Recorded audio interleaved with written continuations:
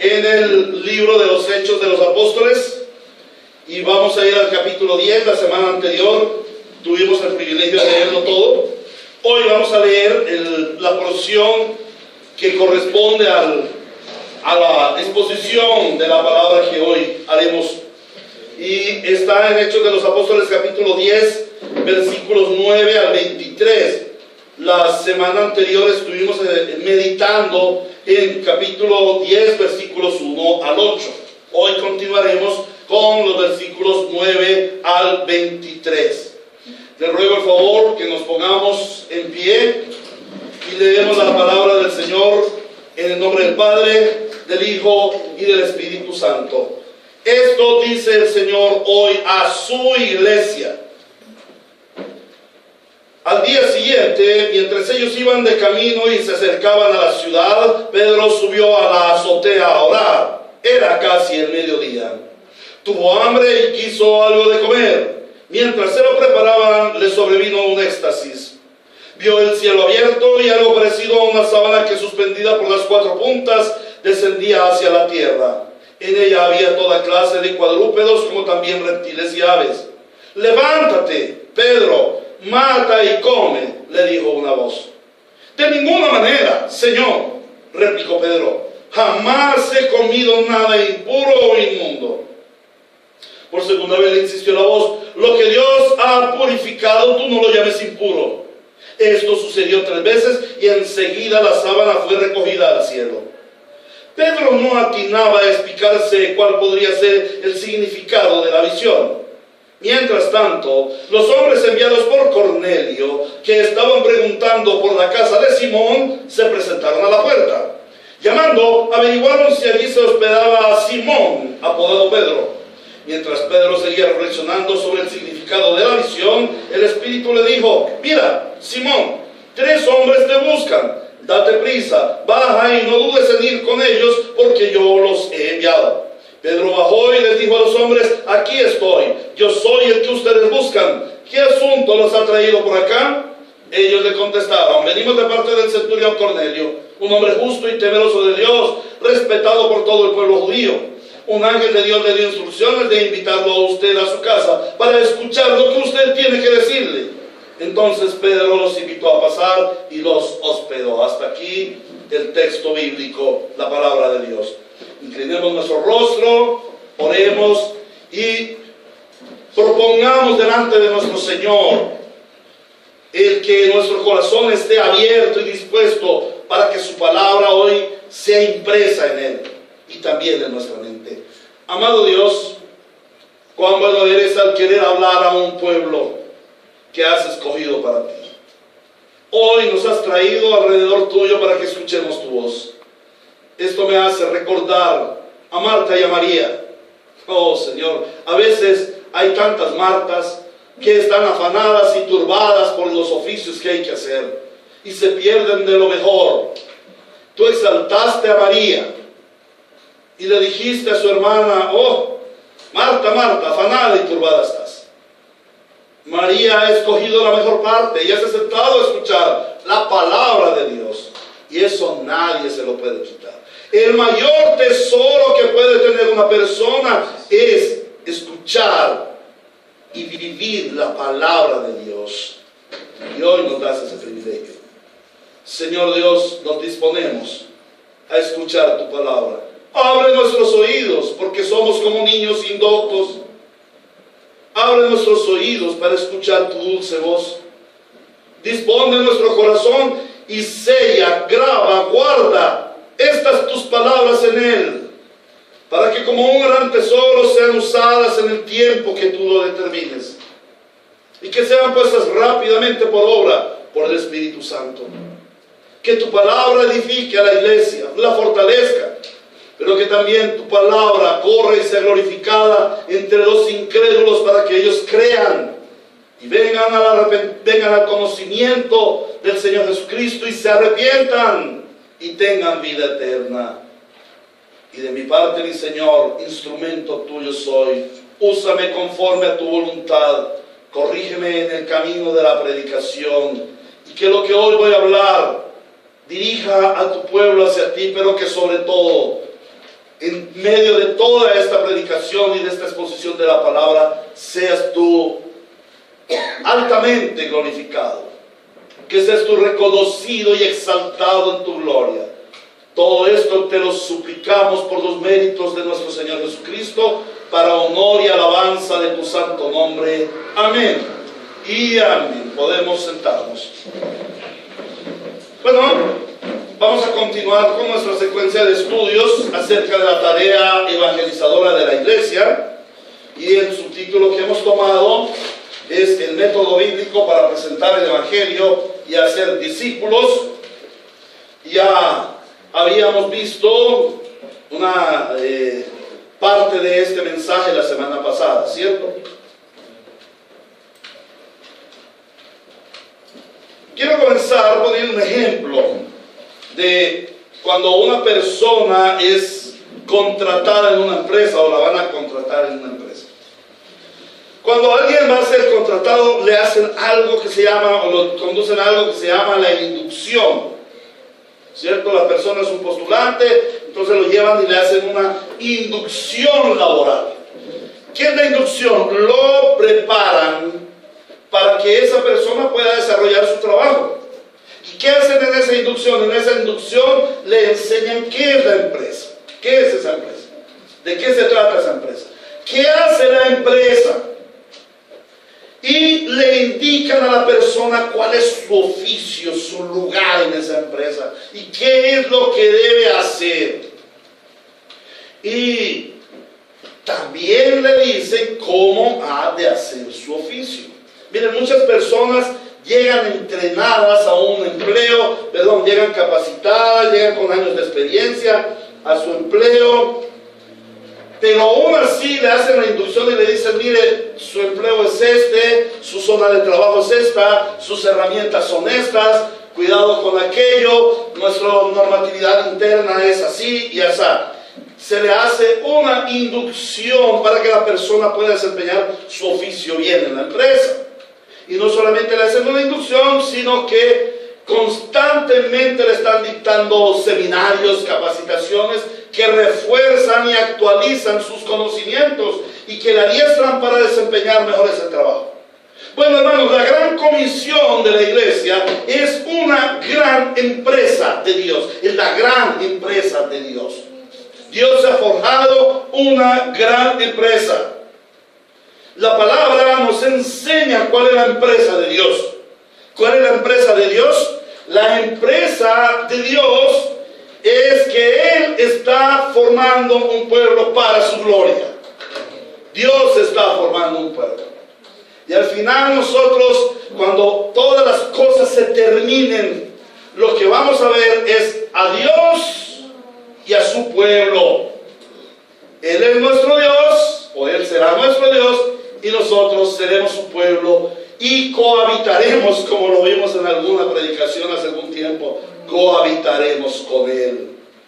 Y ese cohabitaremos tiene un gran significado, si lo recuerdan. Ahora, por la palabra de Dios hemos sido capacitados en el oficio de la empresa de Dios. En la empresa de Dios, todo el que entra a la empresa de Dios, que va recibiendo la salvación en Cristo, inmediatamente empieza a ocupar un lugar importante y un lugar meritorio y un lugar de trabajo. El Señor es claro cuando nos compara a la iglesia con el cuerpo de Cristo, en que cada uno somos miembros de ese cuerpo y cada uno tiene una función, y que cada parte del cuerpo de Cristo es necesario para el buen funcionamiento de todo el cuerpo, o sea, de toda la iglesia. Y a través de la palabra de Dios en estos tiempos nosotros hemos visto que es la empresa de Dios. También hemos visto qué hace la empresa.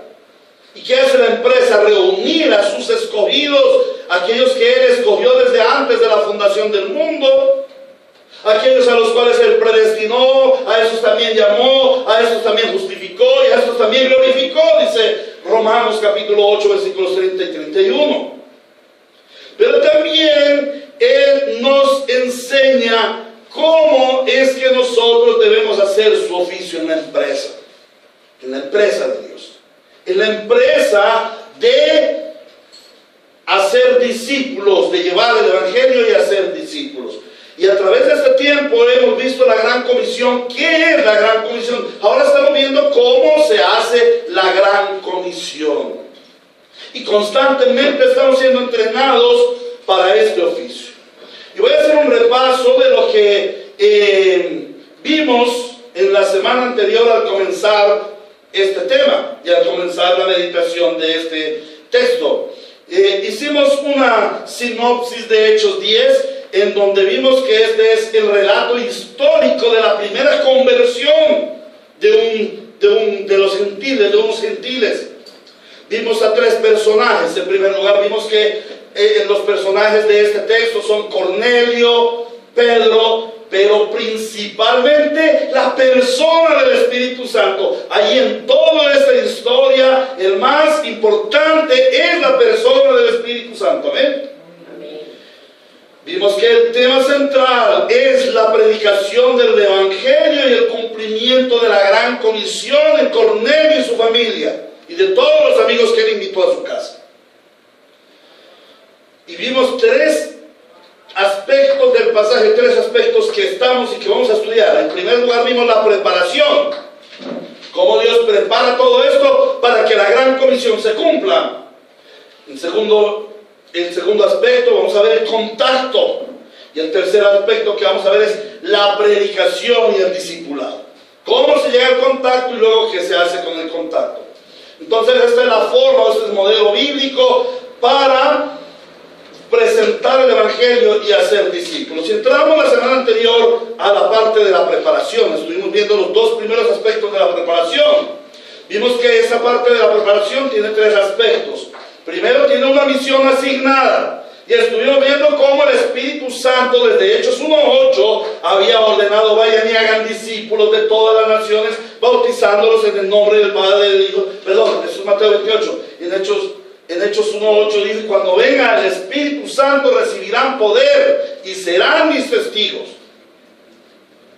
Y entonces vimos cómo en el texto el Señor da una misión, asigna una misión tanto a Cornelio como al apóstol Pedro.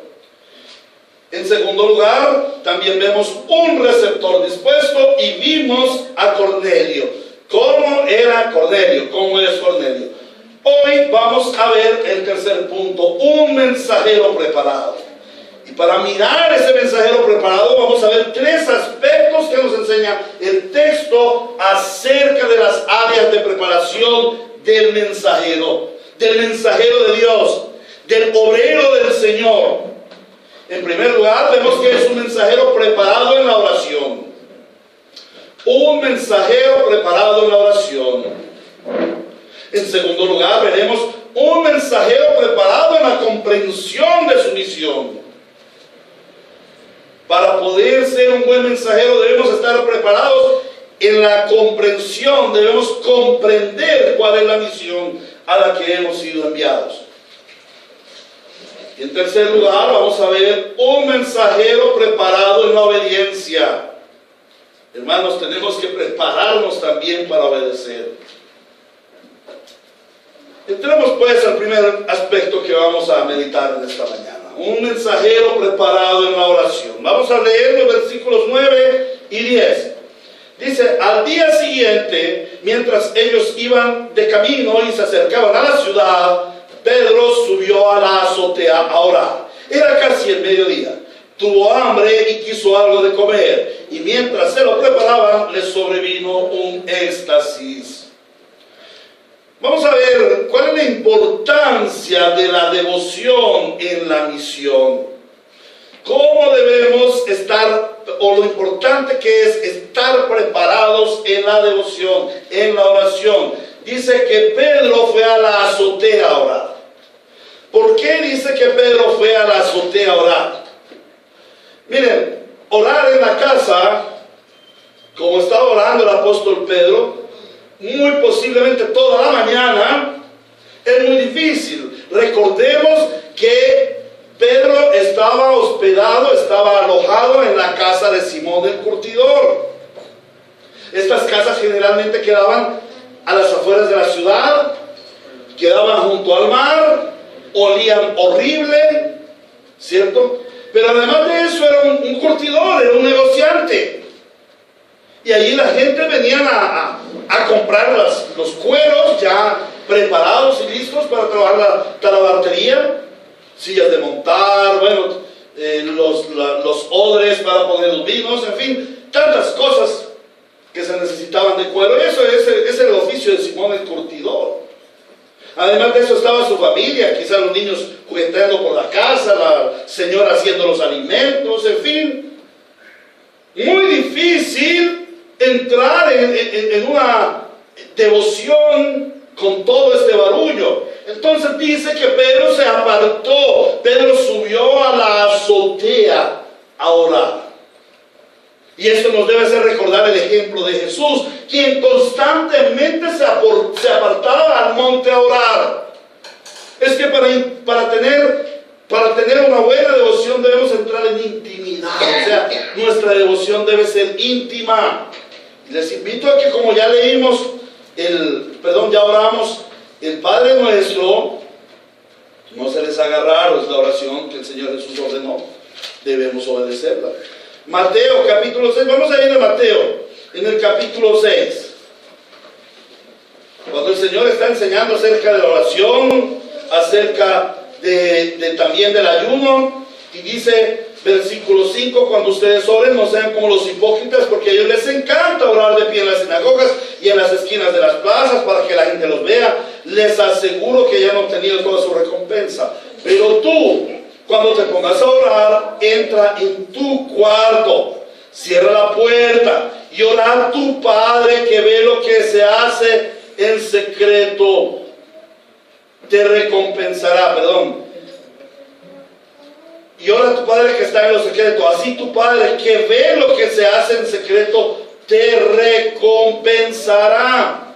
Se nos habla de una intimidad, de estar con el Padre. Luego dice también que cuando ayunen no pongan cara triste como lo hacen los hipócritas, que demudan su rostro para mostrar que estarán ayudando. Les aseguro que estos ya han obtenido toda su recompensa. Pero tú, cuando ayunes, perfúmate la cabeza, lávate la cara, para que no sea evidente ante los demás que estás ayudando, sino solo ante tu Padre que está en lo secreto, y tu Padre que ve lo que se hace en secreto te recompensará. Entonces nosotros podemos ver a través de la Biblia que la oración es un acto de intimidad con Dios. Debemos intimar con Dios. Algunas personas dicen que Dios tiene personas preferidas. No, Dios no tiene personas preferidas. Él lo dice en su palabra, que Él no hace acepción de personas. O sea, que Él no tiene preferidos. Pero Él sí tiene íntimos.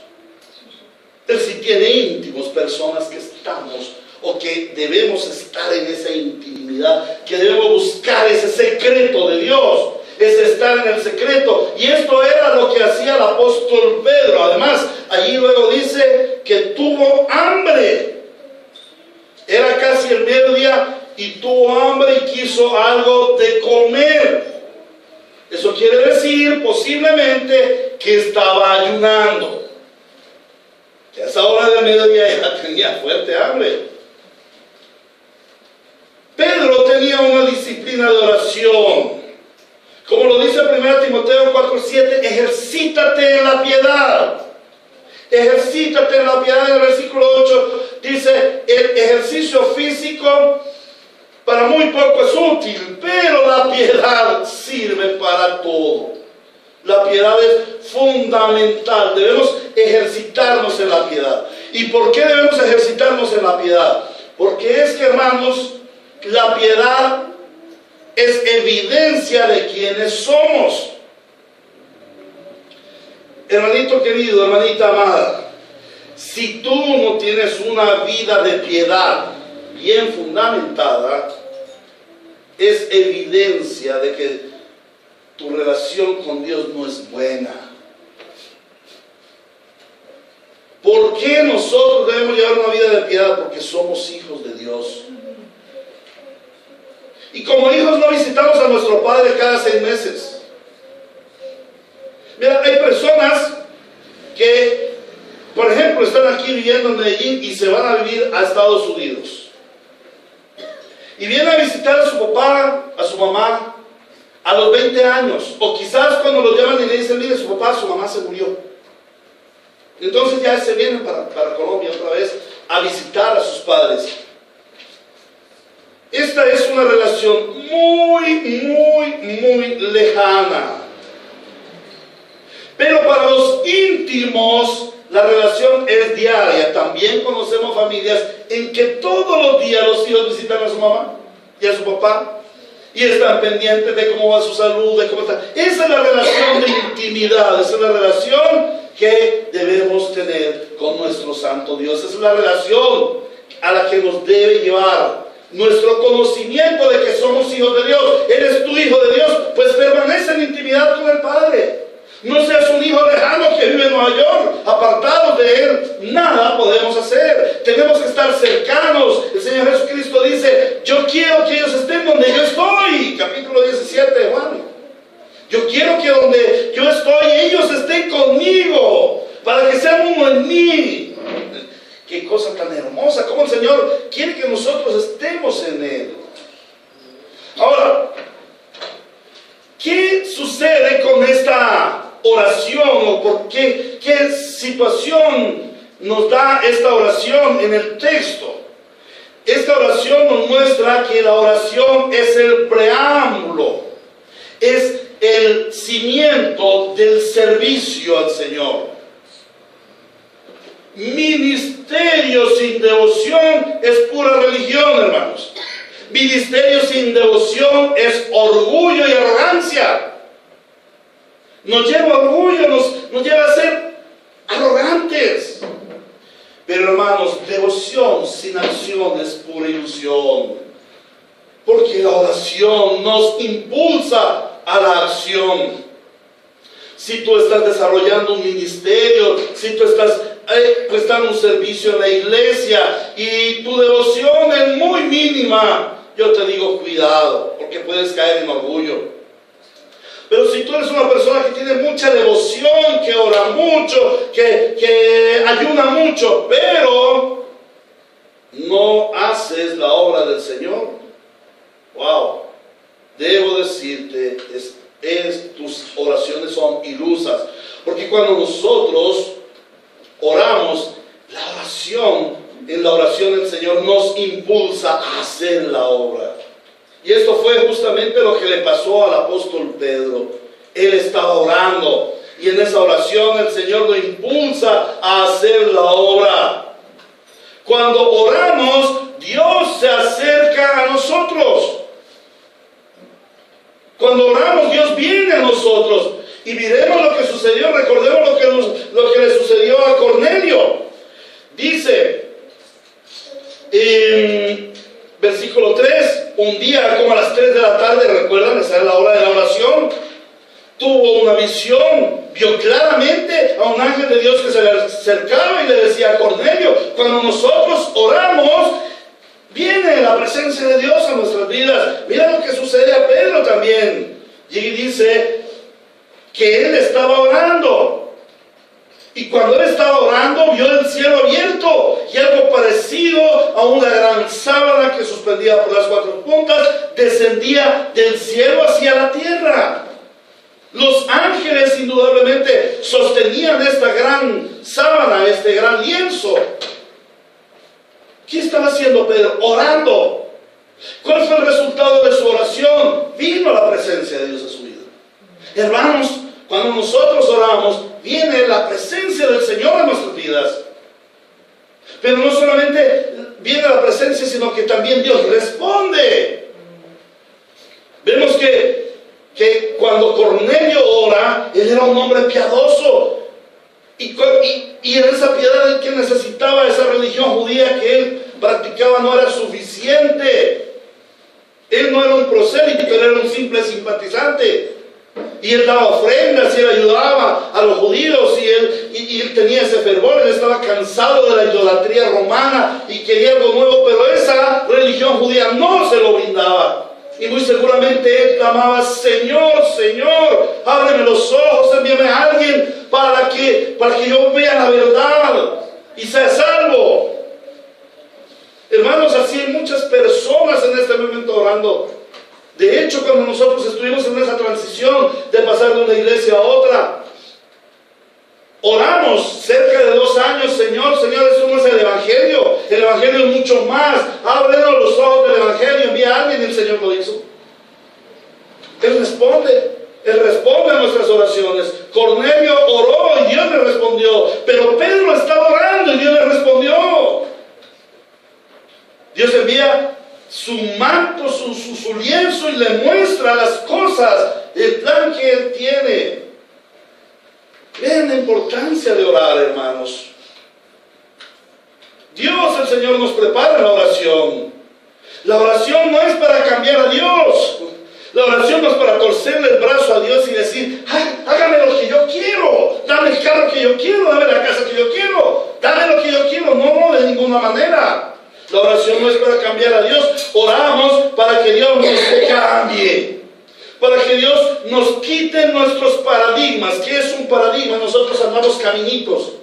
Un paradigma es un caminito que estamos acostumbrados a andar. No sabemos a dónde nos lleva, pero nos gusta ese caminito. Algunas veces sabemos que ese caminito nos puede llevar a la perdición, pero nos gusta ese caminito, porque es el caminito que todos los días hemos recorrido. Y eso me hace recordar de, en cierta ocasión, un hombre esclavo, un negro esclavo en Estados Unidos. Ya he contado esta historieta. Un negro esclavo en Estados Unidos, como de 2 metros con 10, era un gigante, y su amo decidió de que en vez de caballo ponía a este esclavo a trabajar en la piedra del molino, y le salía más barato. Y él lo puso a trabajar y le atravesó aquí el palo y todo el día le daba vueltas a la piedra del molino, todo el día, y solamente paraba a comer y a beber, pero todo el día era dándole vueltas a la piedra del molino, todo el día. De pronto vino la abolición de la esclavitud, y vinieron y le quitaron las columnas que lo amarraban a ese palo en el que él trabajaba, a ese yugo en el que él trabajaba para la piedra del molino. Y le dijeron: eres libre. ¿Y sabe qué sigue haciendo él? Él caminaba así. Ese era su caminito, ese era su paradigma. Toda la vida enseñaba a dar vueltas, él daba vueltas. Y a veces somos nosotros así. Y Pedro tenía unos paradigmas que debían ser derribados. Y esa fue la respuesta de Dios. Dios cambió sus paradigmas. Nosotros no oramos para que Dios nos cambie las cosas, sino para que Dios nos cambie a nosotros. No oramos para cambiar a Dios, oramos para ser cambiados por Dios. Y eso me lleva al segundo punto, y es preparado en la comprensión de la misión. Y vamos a leer de los versículos 10 al 17a. Dice: tuvo hambre, quiso algo de comer, y mientras se lo preparaban le sobrevino un éxtasis. Vio el cielo abierto y algo parecido a una gran sábana que, suspendida por las 4 puntas, descendía hacia la tierra. En ella había toda clase de cuadrúpedos, como también reptiles y aves. Levántate, Pedro, mata y come, le dijo una voz. De ninguna manera, Señor, replicó Pedro, jamás he comido nada impuro o inmundo. Por segunda vez le insistió la voz: lo que Dios ha purificado, tú no lo llames impuro. Esto sucedió 3 veces y enseguida la sábana fue recogida al cielo. Pedro no atinaba a explicarse cuál podría ser el significado de la visión. Carambas, Dios, el Señor, le da una revelación, y Dios le revela esa visión. La visión es venida de Dios. Hoy en día en las iglesias se habla tanto de la visión, pero esas son visiones humanas. La visión debe bajar de Dios, o sea, debe provenir de la Biblia. ¿De qué visión está hablando aquí? Dios está hablando de la visión de predicar el Evangelio. Ahora, ¿de qué está hablando la visión? De que ahora Pedro y los discípulos podían comer cualquier clase de animal, porque allá había conejos, allá había tigres, había burros, caballos, vacas. Y nosotros sabemos que en el Antiguo Testamento habían animales inmundos, se consideraban inmundos. Dios le dijo al pueblo: de estos animales comerás y de estos no comerás. Para mí estos son puros y estos son inmundos. Pero ahora el Señor baja el telón y parece que nos dijera Pareciera que nos dijera, bueno, ahora las cosas son un poquito diferentes. Wow, gracias, me gusta. Las cosas son un poquito diferentes, entonces ahora coman de todo. Ustedes pueden comer de todo, llénense. No, el Evangelio no consiste ni en comida ni en bebida, sino en el poder del Espíritu Santo. El Evangelio no consiste en el hacer cosas, sino en el ser. ¿En el ser qué? Ser hijos de Dios. Amén. En el Antiguo Testamento, Dios el Señor ordena leyes alimentarias a su pueblo Israel. ¿Y para qué Él ordena esas leyes alimentarias? De estos podrás comer, de estos no podrás comer. Bueno, Él ordena las leyes alimentarias para hacer una separación entre su pueblo que es santo y los gentiles. Es una separación que los conduce a santidad, es una demanda que el Señor les hace para vivir en santidad. ¿Eso qué implica? Que si comemos conejo, el conejo es impuro y nos quita la santidad. No, de ninguna manera. El conejo no les iba a quitar la santidad, sino que el Señor estableció, digo, para que ustedes sean un pueblo diferente. Esto muestra que ustedes son un pueblo diferente, que ustedes no se juntarán con esos impíos que comen cosas diferentes. Vamos a ver una diferencia en la comida, en el vestido, en el trato social, en las leyes. En todos ustedes van a ser pueblo santo, un pueblo diferente a los demás. Dentro de ellos estaba la comida. Hermanos, hoy en día nosotros somos un pueblo diferente a los demás. Nosotros no podemos comer como los demás comen, aunque podemos comer lo que los demás comen, pero no podemos comer como los demás comen. Emborracharnos como los demás emborrachan, enloquecernos como los demás enloquecen. Somos un pueblo diferente, somos un pueblo santo. Y el Señor nos llama a santidad. Ahora, en esa época del Antiguo Testamento, Dios establece una barrera de diferenciación entre judíos y gentiles por medio de su sistema alimentario. Y los judíos no comían con gentiles. No se puede uno imaginar a un judío entrando a la casa de un gentil a comer y a beber con él. Aún en el Nuevo Testamento nos habla de eso. No, ni que fuera un rey. Había un desprecio en este sentido. No había comunión entre judíos y gentiles. Es más aún, ni los judíos siquiera llegaban a comprar carne en las carnicerías de los gentiles.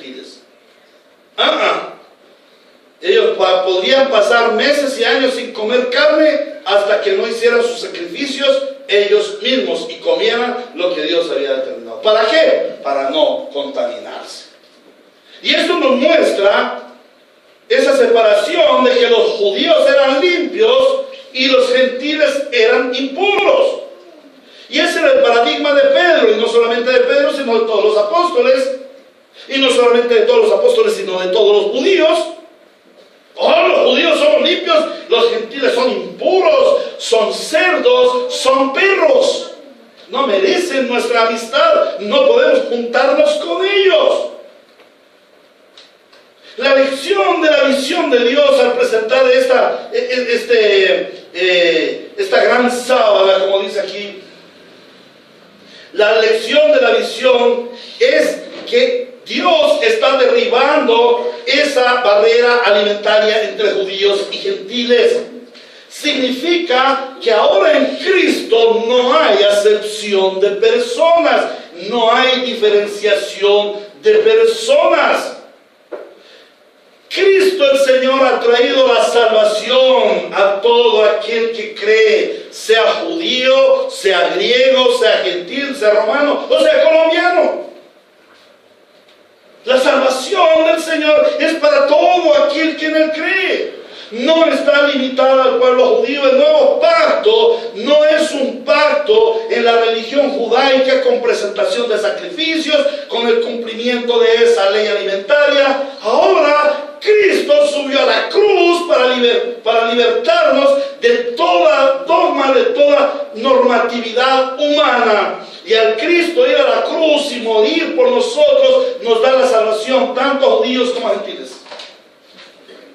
Hoy en día se habla mucho acerca de que los judíos son el pueblo especial de Dios y que Dios al fin y al cabo va a ir por esos judíos y que los va a salvar, y que este pueblo que en realidad está teniendo una guerra con los palestinos, pues bueno, que Dios les tiene una protección porque son sus mimaditos. No, Dios no tiene mimados, Dios tiene íntimos, Él no tiene mimados. Entonces, en la salvación por medio de Cristo, nosotros venimos a ser participantes de la gracia de Dios, de la gracia divina, tanto judíos como gentiles. Ahora, miremos, la orden del Señor es repetida 3 veces. ¿Por qué repetida 3 veces? Bueno, yo creo que en primer lugar por la terquedad de Pedro. Porque como les decía con el cuento de aquel esclavo que no hacía sino darle vueltas a ese lugar, así tenemos a veces nosotros fijos tantos paradigmas y somos tan tercos. Entonces el Señor le repite 3 veces. Pero también nos debe hacer pensar en que es una gran confirmación de que el Señor ha derribado esa barrera y de los 2 pueblos ha hecho uno solo. Vamos a leer Mateo capítulo 5, versículo 11. Yo pienso que al preparar el sermón, los hermanos que han estudiado, los comentaristas de este libro de Mateo, piensan que cuando el Señor le mostró esto, tuvo que haberse acordado de lo que el Señor Jesucristo dijo en Mateo capítulo 15, versículo 11, donde dice el Señor Jesucristo: lo que contamina a una persona no es lo que entra en la boca, sino lo que sale de ella. Cuando el Señor le dice, le muestra este manto allí, esta sábana con todos los animales, y que él podía comer, y el Señor le dice: no llames impuro a lo que yo he santificado. Entonces él debe estar pensando en eso. Y esto derriba el paradigma de Pedro. Mira, Pedro, ¿qué estaba haciendo? Orando. ¿Orando para qué? Para que se haga tu voluntad y no la mía. Y el Señor derriba ese paradigma de Pedro de hacer acepción de personas. Los judíos no se podían sentar con los gentiles. Los judíos no podían entrar a la casa de un gentil. Los judíos no podían comer con un gentil. Y si esto no lo podían hacer, ¿cómo iban a compartir el evangelio? ¿Cómo iban a cenar la cena del Señor? Imposible.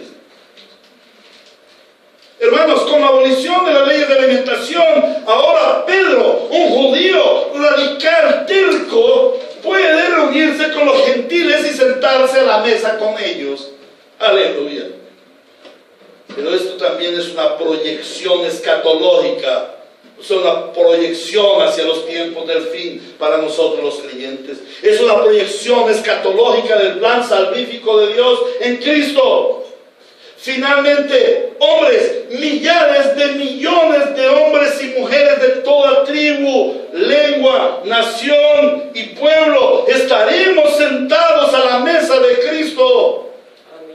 Y estaremos todos en comunión. No hay judío, ni griego, ni gentil, ni nada. Podemos ver cómo Dios prepara a Pedro y nos prepara a nosotros para la comisión, dándonos una comprensión de lo que Él ha determinado.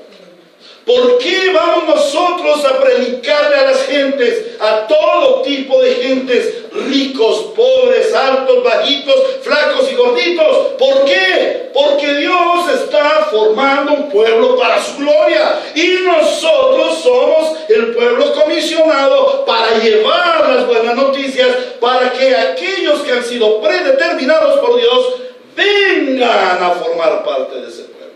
Amén. No predicamos por predicar. No predicamos para que la gente se convierta, hermanos.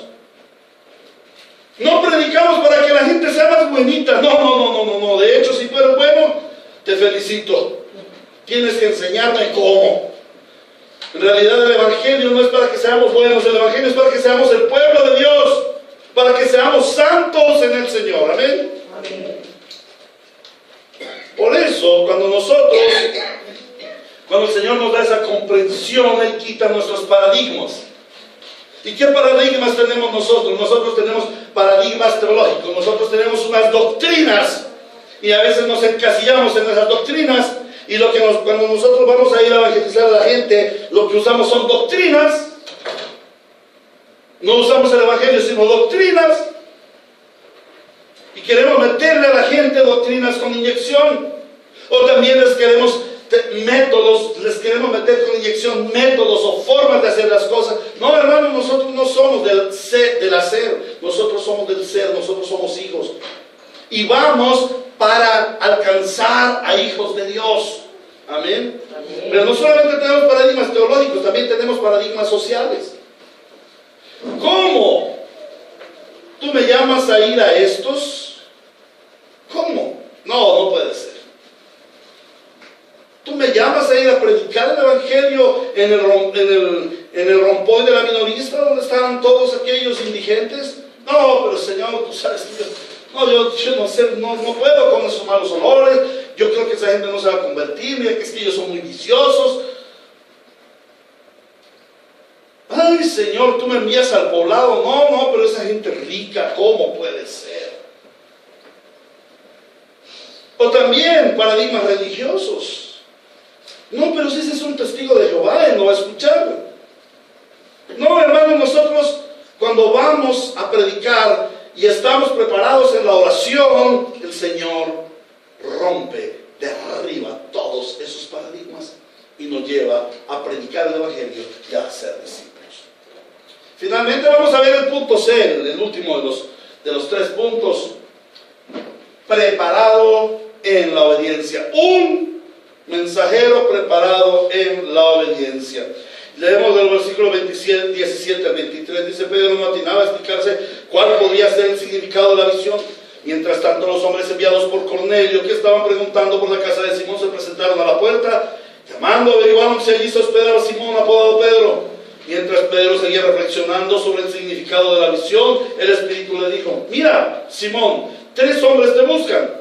Date prisa, baja y no dudes en ir con ellos, porque yo los he enviado. Pedro bajó y les dijo a los hombres: Aquí estoy, yo soy el que ustedes buscan. ¿Qué asunto los ha traído por acá? Ellos le contestaron: Venimos de parte del centurión Cornelio, un hombre justo y temeroso de Dios, respetado por todo el pueblo judío. Un ángel de Dios le dio instrucciones de invitarlo a usted a su casa para escuchar lo que usted tiene que decirle. Entonces Pedro los invitó a pasar y los hospedó.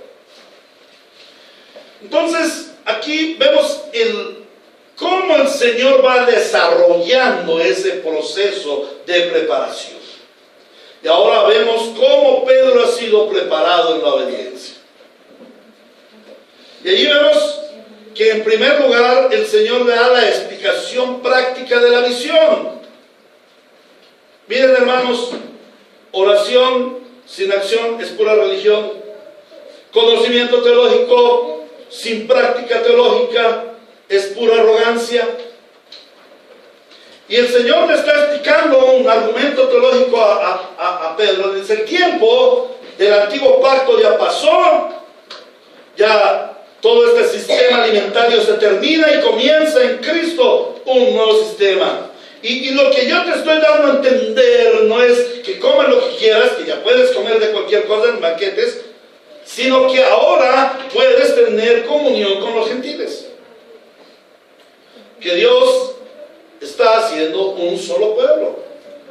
Entonces, Pedro no atinaba a explicarse qué significaba esto. E inmediatamente el Señor da explicación práctica. Porque aquellos hombres enviados por Cornelio estaban preguntando en la casa de Simón y tocaron a la puerta. Y al tocar a la puerta, averiguaron si allí vivía ese señor Pedro, Simón, apodado Pedro. Mientras Pedro seguía reflexionando sobre el significado de la visión, el Espíritu le dijo: mira, Simón, a la acción, a la acción. Allá abajo hay 3 hombres que te buscan. Date prisa y baja, y no dudes en ir con ellos, porque yo los he enviado. Entonces allí el Señor le dice: mira lo que yo te he enseñado, lo practicas.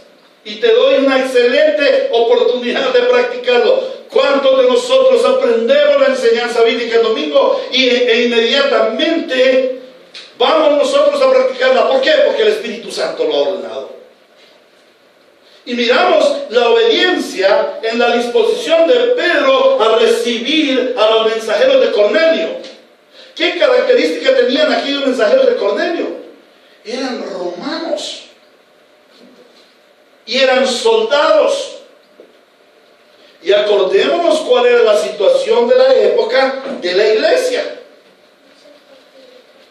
¿Qué hacían los romanos? ¿Le abrían las puertas a los apóstoles, a los discípulos, para que predicaran el evangelio? No, ellos perseguían a la iglesia.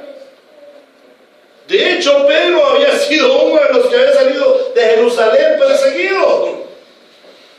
Él era un, ¿cómo se llama? Un desplazado de la época. Y estoy en mi casa, desplazado, perseguido por las autoridades. Y llegan varios soldados y sirvientes. Haga un favor, aquí está el señor Héctor Romero. No estoy. No estoy. Ese señor ni lo conozco, por aquí no ha venido. ¿Quién? ¿Héctor qué? No, ese tipo no sé quién es. Pero mira, el Espíritu Santo le dijo, le mostró. ¿Cuántas veces a nosotros nos habla el Espíritu Santo? ¿Cuántas veces el Espíritu Santo pone en nosotros un sentir? ¿Cómo saber si ese sentir es del Espíritu Santo? Si es bíblico.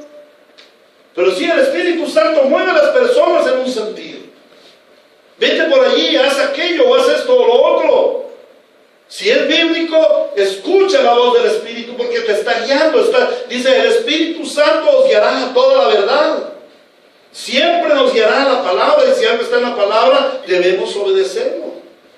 ¿Cuántas veces el Espíritu Santo pone en nosotros el deseo de ir a visitar a una persona? Yo duré años con el deseo de visitar y de encontrar a mi amigo José, hasta que lo encontré. El Espíritu Santo pone en nosotros unos sentidos especiales. Entonces, allí Pedro escucha al Espíritu Santo y a él no le importa si son soldados romanos. El 99% de las probabilidades era que se lo llevaran preso, porque él era uno de esos. Y él ya había pasado por la experiencia de la negación. Y entonces él dice, bueno, esta vez no negaré a mi Señor. Si me llevan, pues que me lleven. Y si me crucifican, pues que me crucifiquen. Ya, no hay más que hacer. Pero resulta que él baja y obedece. Pero no solamente obedece, sino mira esa disposición, esa obediencia para escuchar a romanos. Pedro bajó y dijo a los hombres, aquí estoy, yo soy el que ustedes buscan. ¿Qué asunto los ha traído por acá? ¿Cuál es la razón de su visita? ¿Quizás me van a llevar preso? Entonces ellos le contestaron, mire, venimos de parte del centurión Cornelio. ¡Wow! Ahora soy reo de un centurión. Cosa difícil. Ahora me va a tocar ir de cuentas nada más y nada menos que con un gran centurión que manejaba un regimiento de 500 soldados. Esto va a estar difícil. Pero aquellos hombres le dicen, mire, él es un hombre justo y temeroso de Dios. ¡Qué descanso! Hermanos, a veces Dios nos pone pruebas difíciles. A veces tenemos que ir a lugares en que nosotros pensamos que somos vulnerables. Pero mira la valentía que tuvo Pedro. Bueno, aquí estoy. ¿A qué han venido? ¿Me necesitan? Mire, aquí estoy. Póngame los ganchos. No hay problema. Bueno, venimos de parte de Cornelio. Es un hombre justo y temeroso de Dios, respetado por todo el pueblo judío. Los judíos como tú dan testimonio de Cornelio. Ahora, un ángel de Dios le dio instrucciones de invitarlo a usted a su casa para escuchar lo que usted tiene que decirle. Ya. Pedro escuchó lo que ellos le estaban hablando. Y un problema que tenemos los cristianos modernos es que no escuchamos. Y uno de los aspectos que vamos a estudiar allí en el contacto, en ese punto de contacto con los discípulos, con los futuros discípulos, con aquellos que vamos a evangelizar, es precisamente la escucha. A veces nosotros tenemos 3 bocas y un solo oído. No, el Señor nos dio 2 oídos y una boca. Escucha lo que la gente dice. Porque la gente tiene algo importante que decirte.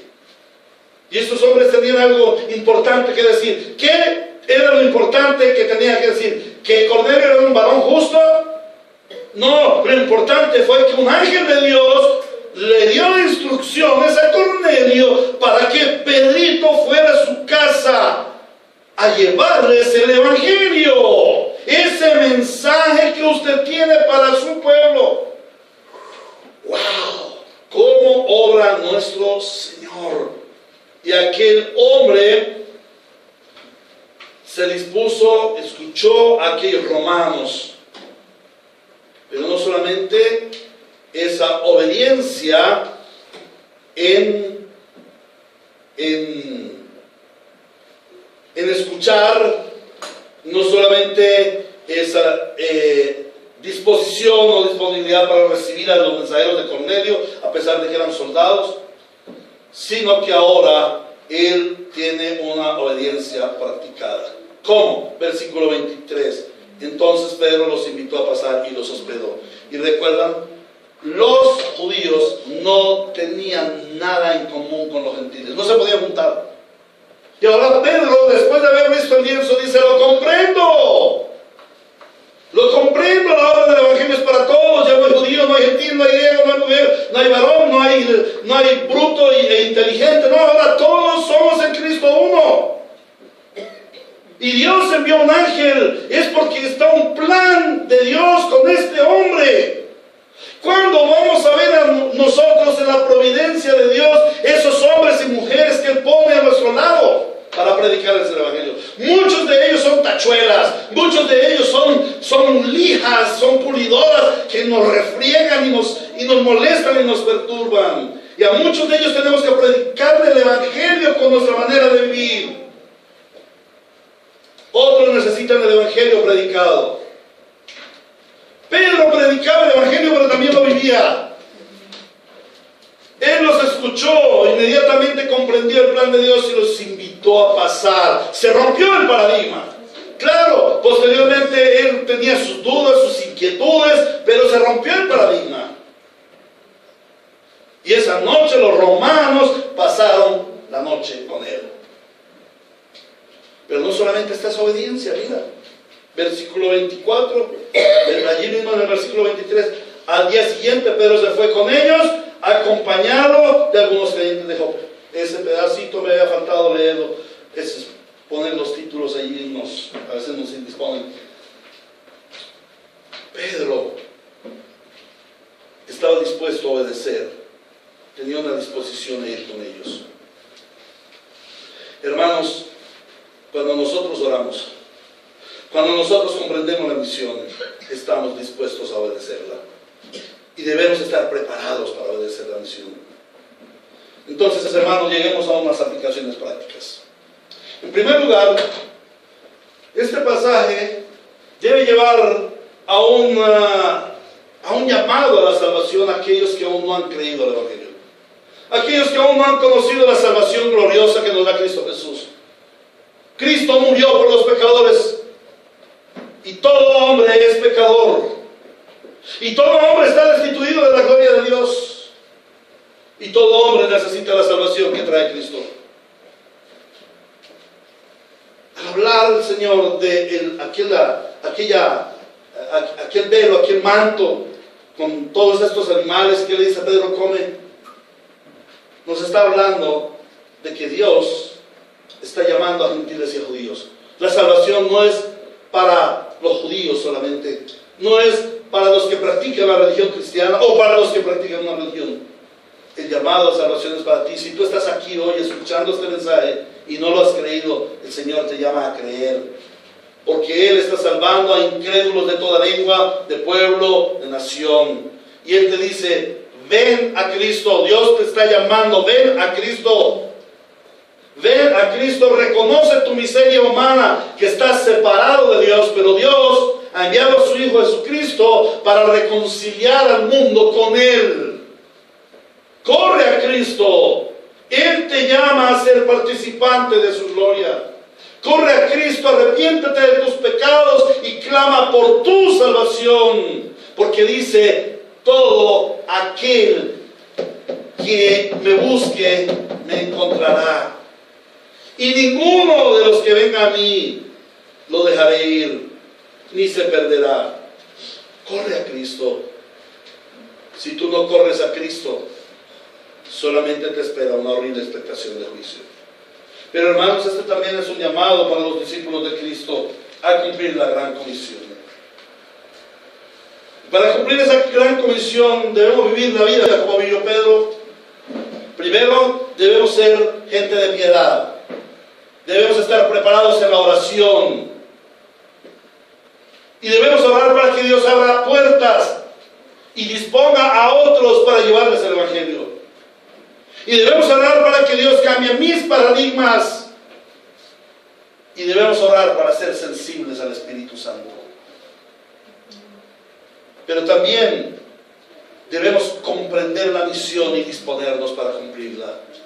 Debemos comprender cuál es la grandeza de la misión, cuál es el llamado y el alto honor que Dios nos hace de ser participantes de la obra salvífica en esta tierra. Dispongámonos con un anhelo de ir a pesar de. Dispongámonos a tener compasión por las necesidades de la gente. La gente está necesitada de salvación. Las gentes están clamando, ellos necesitan. Corramos a llevarles la salvación en Cristo. Dispongámonos en servicio y dispongamos a ser buenos escuchas. Pero también obedezcamos. No basta con estar dispuestos, no basta con comprender la visión de Dios. Debemos obedecer, debemos ser diligentes para ir y predicar el Evangelio, para ir y hacer discípulos, como lo vamos a ir aprendiendo poco a poco. Y como también lo vimos en alguna predicación, hace 3 predicaciones, aprovecha la oportunidad del Evangelio. Aprovecha la oportunidad. Las oportunidades están delante de ti. Clama a Dios en oración y pídele, muéstrame la oportunidad para llevar el Evangelio. Yo soy tu hijo y quiero llevar tu Evangelio. Y quiero evidenciar que soy tu hijo. Y quiero convocar a otros a que sean hijos de Dios. Que la gracia del Señor sea sobre su iglesia y que la iglesia cumpla la misión evangelizadora. Amén. Inclinemos nuestro rostro y oremos. Nuestro buen Dios, amado Padre, amado Jesucristo, el Hijo de Dios, amado Espíritu Santo, oh precioso Padre, autor de nuestra salvación, tú hiciste el plan salvífico para formar tu pueblo que es para tu gloria. Y el Señor Jesucristo en el pacto eterno se dio la labor de cumplir ese plan, de ejecutar ese plan. Y vaya cuánto costó la ejecución de ese plan, que Él mismo fuera a la cruz y muriera por nosotros los pecadores para salvación y vida eterna. Y derramara su sangre preciosa, con la cual nos limpia de todo pecado y nos hace aceptos en el amado. Y gracias a ti, Espíritu Santo, porque así como el Padre planea y el Hijo ejecuta, tú, precioso Espíritu Santo, en el debido momento nos llamaste a ser salvos. Tú ejecutaste, tú aplicaste la obra salvífica en nuestras vidas. Ahora, asimismo, pedimos al Padre, al Hijo y al Espíritu Santo que en su gracia y en amor nos permitan y nos impulsen para ir a predicar este Evangelio de gracia. Que nos instruyan, que nos capaciten y que nosotros seamos obedientes para ir a predicar a las naciones de la tierra el Evangelio que por gracia hemos recibido. Asístenos, Señor, a ser obedientes a tu llamado, porque te lo suplicamos en Cristo Jesús. A Cristo nuestro Señor, al Padre eterno y al Espíritu Consolador.